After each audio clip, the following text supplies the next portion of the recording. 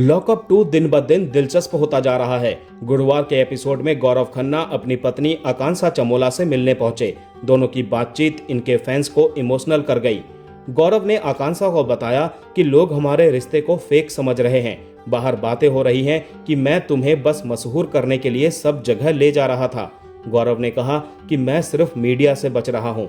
हर कोई इस पर हिस्सा लेना चाहता है। लोग इसे फेक कह रहे हैं। लोग सोचते हैं कि मैं सिर्फ अभिनय कर रहा हूं। मैं प्रभावित हुआ कि लोगों ने इसे कैसे लिया। उन्हें खुला मैदान मिल गया है। वो जो चाहे कहानियां बना रहे हैं। गौरव ने आकांक्षा से कहा कि वो अभी भी कानूनी तौर पर उनकी पत्नी है। उनके बारे में किसी से भी बुरी बातें सुनना उनके लिए मुश्किल है।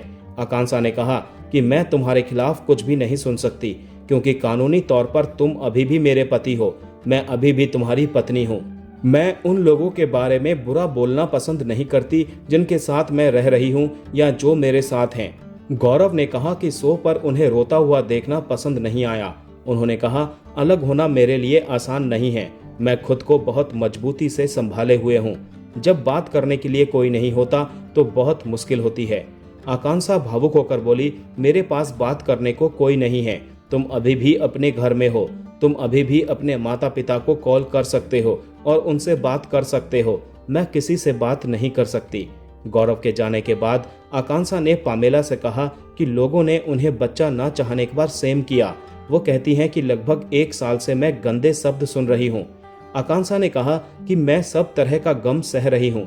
मुझे सभी ने इस बात के लिए कोसा और सेम किया कि मैं बच्चे नहीं चाहती। इन लोगों ने मुझे कहा कि उसे छोड़ दो और उन्होंने कहा कि वो पिता बनना चाहता है।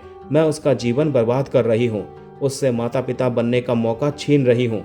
आकांक्षा कहती हैं कि अब जब हम अलग हो रहे हैं तो भी आप इसे स्वीकार नहीं कर सकते। इतना कहकर वो रो पड़ी। आकांक्षा और गौरव के मिलन पर हर किसी को रुला दिया है।